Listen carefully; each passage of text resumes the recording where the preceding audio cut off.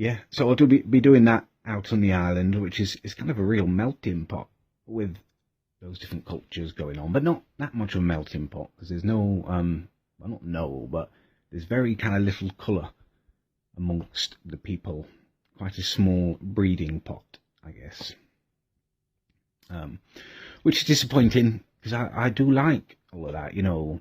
I think a woman who is of two races, you know, mixed together, it's so exotic, isn't it? That would be my ideal to me, that would.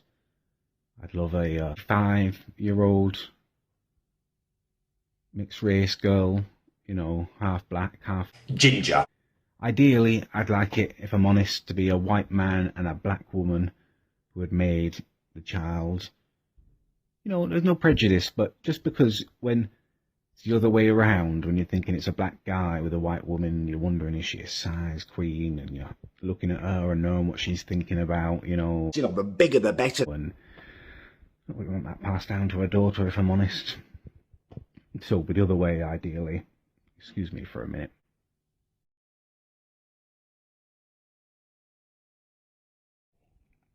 In terms of an ideal woman, I mean, to be honest with you, I'd really, really like to be with Digger. I find them very physically attractive. Never been with one. I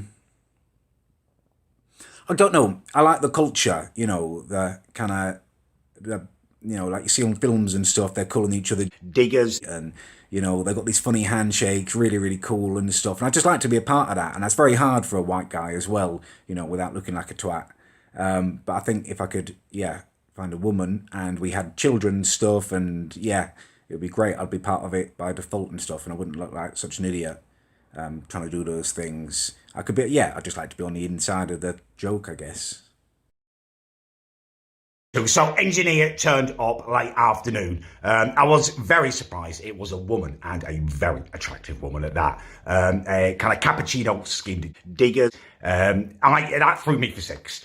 Basically, she went into the living room and started faffing around with a little phone socket. Looked outside and then she's saying something about needing like a wire reconnected to the pole.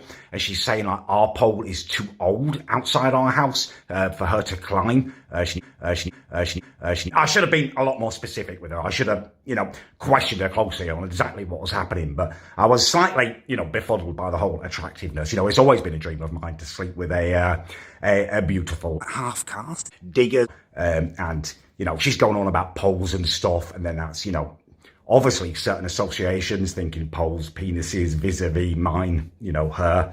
Boom, boom. You know, I got all confused and I didn't question her enough. So now I don't really know what's happening. I don't like half-caste people. London is exciting, but there's too many diggers there. We do not live in the dark ages anymore.